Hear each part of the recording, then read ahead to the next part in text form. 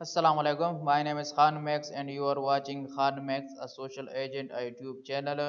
जी अगर आप लोगों ने हमारे चैनल को सब्सक्राइब नहीं किया हो तो प्लीज़ हमारे चैनल को सब्सक्राइब करें और बेल आइकन दबाएं ऑल वीडियोस नोटिफिकेशन के लिए, ताकि आप लोगों को हमारी वीडियो सबसे पहले मिल सके।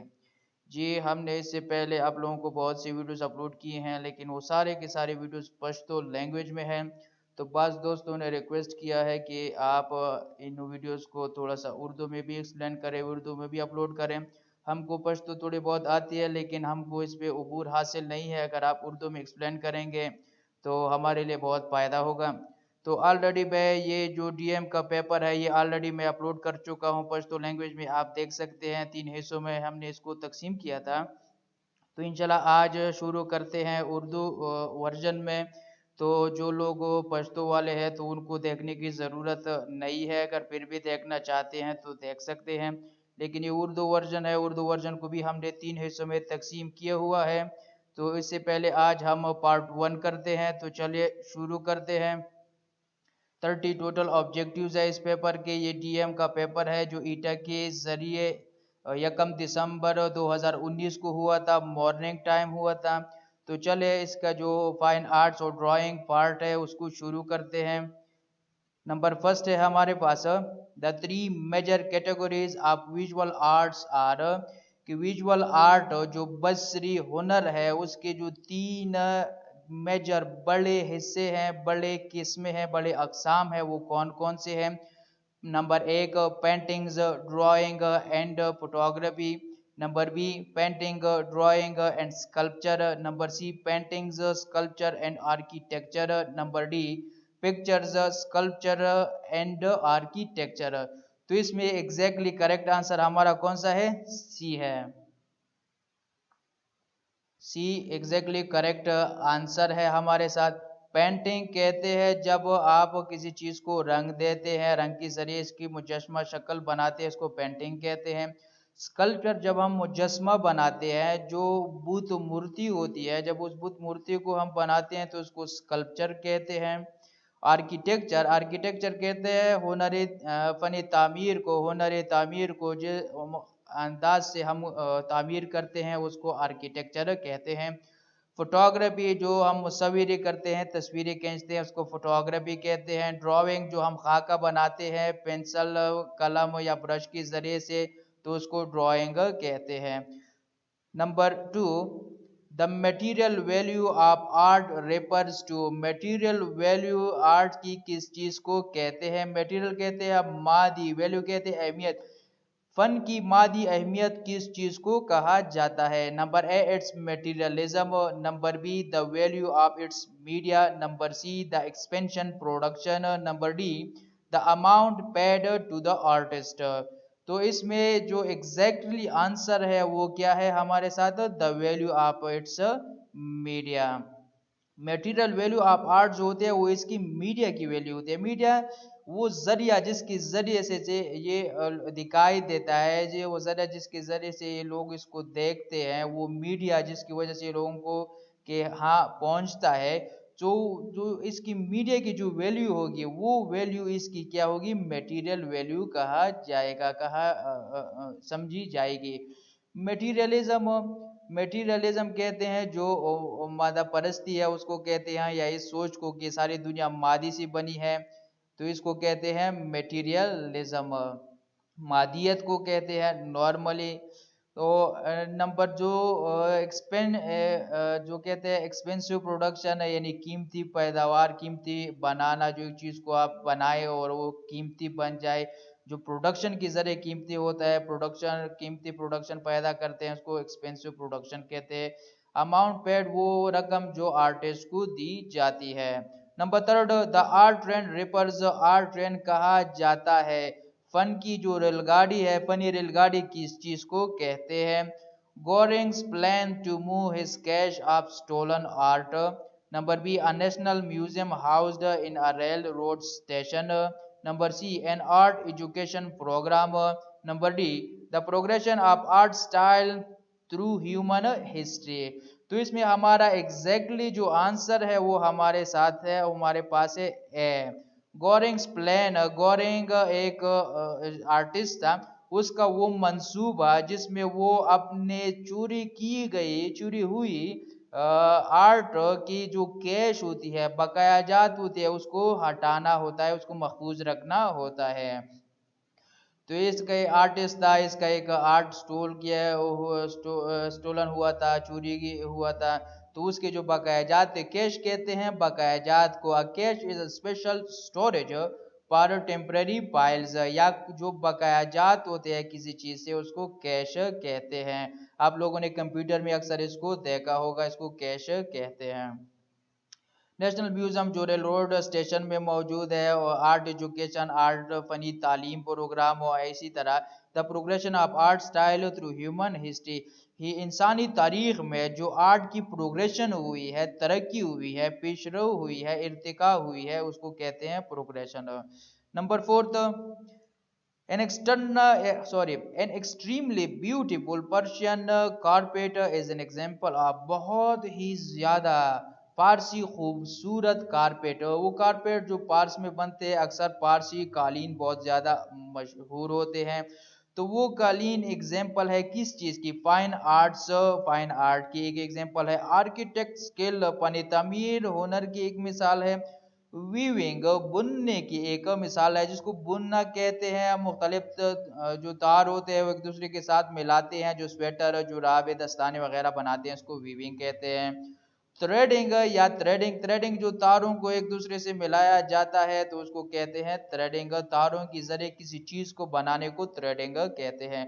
तो इसे हमारे एग्जैक्टली आंसर जो है ना, वो फाइन आर्ट्स है। फाइन आर्ट जो एक्सट्रीमली खूबसूरत पर्शियन कारपेट है, वो फाइन आर्ट्स की मिसाल है, वो फाइन आर्ट्स के जरिए से बनाई जाती है।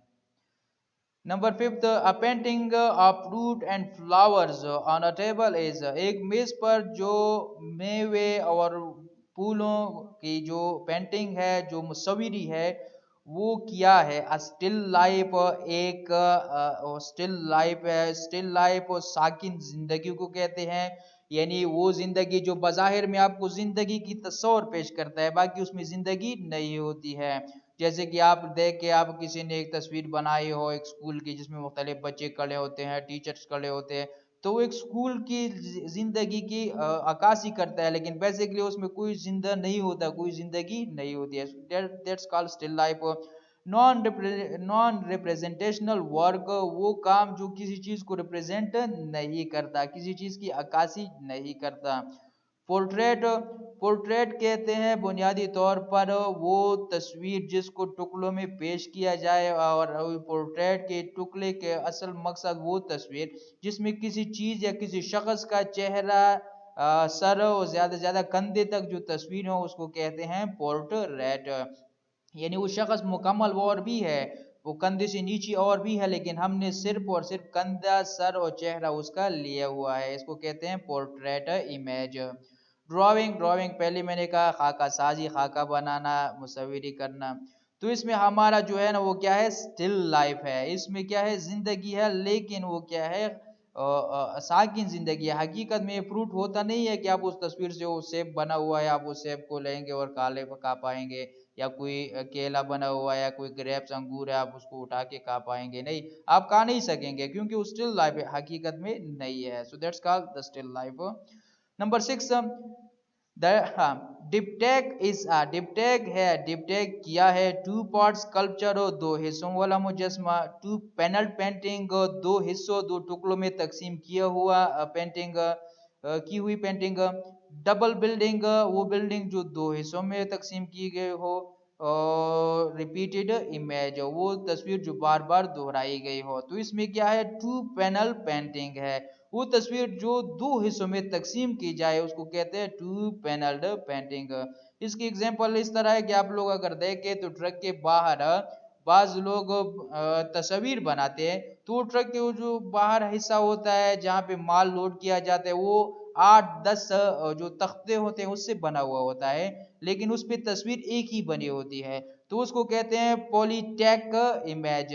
लेकिन यहाँ पे हम सिर्फ उस तस्वीर की बात करते हैं जो दो हिस्सों में हो, जो डाई में तकसीम किया गया हो, दो में हो, तो उसको कहते हैं two panelled painting. For example, एक दरवाजा है, उसके दो केवल होते हैं, दो हिस्से होते हैं, तो उसमें एक तस्वीर बनी होती है एक शख्स की, तो वो तस्वीर 50-50 होती है। आधा उस शख्स का तस्वीर जो होता है ना, उसके जो इमेज है वो एक हिस्से पर है, और आधा तस्वीर दूसरे हिस्से पर है, तो इसको कहते हैं diptych. Number 7, in semiotic, the full letter PIPE constitute, semiotic में जो full letter word है PIPE, ये बनाता है, क्या बनाता है? नंबर ए असाइन, एक निशान बनाता है। नंबर बी एटिमोलॉजी, एटिमोलॉजी उस नॉलेज को कहते हैं जो एक लफ्ज की बुनियाद के मुतालिक हो कि लफ्ज कहाँ से आया हुआ है, और तारीख में जहाँ से लफ्ज शुरू हुआ है वहाँ से लेकर यहाँ तक इसके माने में कितनी बदलाव, कैसे कैसे चेंज आए हुए हैं, इसको कहते हैं एटिमोलॉजी। अ सिग्निफायर, सिग्निफायर नॉर्मली कहते हैं उस चीज को जो किसी चीज को सिग्निफाई करता है, उसकी कोई मानी पेश करता है। तो यहाँ पर मतलब है अ साइंस फिजिकल फॉर्म, उस साइन की जो एक निशान है उसकी जो फिजिकल फॉर्म होती है। फॉर एग्जांपल अ वर्ड की जो साउंड है, उसकी जो तस्वीर है, इमेज है, उसको कहते हैं सिग्निफायर। अ सिग्निफाइड, वो चीज जो सिग्निफाई हुई हो उसको सिग्निफाइड कहते हैं। For example a letter. तो इसमें जो हमारा करेक्ट आंसर है वो हमारा क्या है? सी है, सिग्निफायर। सेमियोटिक, सेमियोटिक कहते हैं बुनियादी तौर पर जो साइंस अलामात वाली जो नॉलेज है, द नॉलेज ऑफ साइंस, दे अलामात और निशानात की जो जो इल्म है उसको सेमियोटिक कहते हैं। सो इसमें करेक्ट आंसर है signifier. Number 8, what is calligraphy? Calligraphy क्या है? अ म्यूजिक आर्ट फॉर्म, जो मौसीकी के हुनर का एक शक्ल है, मौसीकी हुनर का एक शक्ल है। हैंड राइटिंग फॉर्म, हाथ से लिखी हुई लिखाई की एक शक्ल है। पोएटिक आर्ट फॉर्म, शायरी के हुनर का एक किस्म है। डांस आर्ट फॉर्म, डांस के हुनर का एक किस्म है। तो ये हमारे साथ क्या है? Hand writing form. कैलीग्राफी हाथ से लिखी गई जो लिखाई, हाथ से जो लिखाई होती है उसकी शक्ल है, उसमें मुख्तलिफ अंदाज से जो लिखाई करते हैं, आप लोग वर्ड और कंप्यूटर में भी देख सकते हैं जो मुख्तलिफ अंदाज से एक लिखाई करते हैं, तो इसको कहते हैं कैलीग्राफी। लेकिन ये तो सिर्फ मैंने एग्जांपल दे दिया। कैलीग्राफी हमेशा हाथ से जो लिखाई होती है उसके फॉर्म्स को क्या कहेंगे? कैलीग्राफी। कंप्यूटर वाले को नहीं कहा जाएगा। Number 9, adding black to a colour to make it darker creates, जब हम किसी कलर में काला रंग शामिल करते हैं तो ये बनाता है, क्या बनाता है? टिंट, टिंट बनाता है। सेकेंडरी कलर, सानवी कलर बनाते हैं। शेड, शेड बनाता है। कंप्लीमेंट्री कलर या कंप्लीमेंट्री कलर्स बनाते हैं। कंप्लीमेंट्री कलर उस कलर को कहते हैं जो दो कलर को आपस में उनकी जो हैसियत है उसको बढ़ाते हैं, उसमें जो कमी है वो कमी उसको खत्म करते हैं, तो इसको क्या कहेंगे? शेड। क्या कहा जाएगा? शेड। जब हम काले रंग को काले रंग को किसी रंग में जमा करेंगे तो शामिल करेंगे तो उसको शेड कहा जाएगा। जब हम किसी रंग में व्हाइट सफेद को शामिल करेंगे तो इसको टिंट कहा जाएगा। आप लोग देख सकते हैं ये आहिस्ता आहिस्ता सफेद होता जाएगा। टोन, जब हम किसी कलर में ग्रे कलर शामिल करेंगे, मिलाएंगे तो ये आहिस्ता आहिस्ता ग्रे बनता जाएगा। और शेड, जब हम किसी कलर में ब्लैक को शामिल करेंगे तो इसको शेड कहा जाएगा, और वो आहिस्ता आहिस्ता जितना जाएगा वो काला होता जाएगा। तो ये है हमारे साथ, तो इसमें क्या आएगा? Shade. Number 10, the last of this video, the last part, potassium permanganate when dissolved in water, potassium permanganate जब पानी में हल किया जाता है, गिव्स व्हाट कलर, कौन सा कलर ये देता है? कौन सा कलर, कौन सा रंग इसे जनरेट होता है, पैदा होता है? नंबर ए येलो, जर्द पीला। नंबर बी पिंक, गुलाबी। नंबर सी नो कलर, कोई रंग नहीं। नंबर डी मिल्की, दूध या कलर, वो कलर जो दूध की तरह सफेद हो उसको कहते हैं मिल्की कलर। तो इसमें क्या है? पिंक, गुलाबी रंग, ये गुलाबी या पर्पल जैसा कोई कलर जो है ना वो प्रोड्यूस करता है, बेसिकली गुलाबी किस्म का होता है। तो जब पोटाशियम परमैंगनेट जो एक सब्सटेंस है, जो एक केमिकल है, जब हम उसको हम पानी में डिसॉल्व करेंगे तो वो पिंक कलर जनरेट करेगा। सो ये थे आज की video. Thanks for watching. Please subscribe to our channel, like, comment and share the video. और अगर अपनी लैंग्वेज उर्दू के लिए मैं माफ़ी चाहूँगा अगर इसमें कोई कमी हो, का के की या वाहिद जमा की या इसी तरह मुज़क्कर बोनस की, क्योंकि हमने सारी ज़िंदगी मोस्टली पश्तो बोली है, तो इसलिए उर्दू बोलना थोड़ा सा मुश्किल है हमारे लिए। तो इंशाल्लाह कोशिश करेंगे कि मैं अपने कोशिश के मुताबिक आप लोगों को जितना भी समझा सकूँ आप लोगों को समझाऊँ। तो ये हमारी पहले उर्दू थी, सॉरी वीडियो थी उर्दू लैंग्वेज की। तो इंशाल्लाह कोशिश करेंगे, पार्ट 1 हो गया, पार्ट 2 और पार्ट 3 भी हम आप लोगों के लिए इंशाल्लाह जल्द बनाएंगे। इसी तरह बाकी जितनी वीडियोस भी मैंने अपलोड की हुई हैं, ये फिजिकल एजुकेशन पार्ट है, तो पार्ट 1 2 3 इसी तरह सारी वीडियोस मैं अपलोड करने की कोशिश करूंगा आप लोगों को उर्दू लैंग्वेज में भी। So thank you for watching. आइंदा वीडियो आइंदा वीडियो के साथ मुलाकात होगी, तब तक के लिए अस्सलाम वालेकुम, बाय।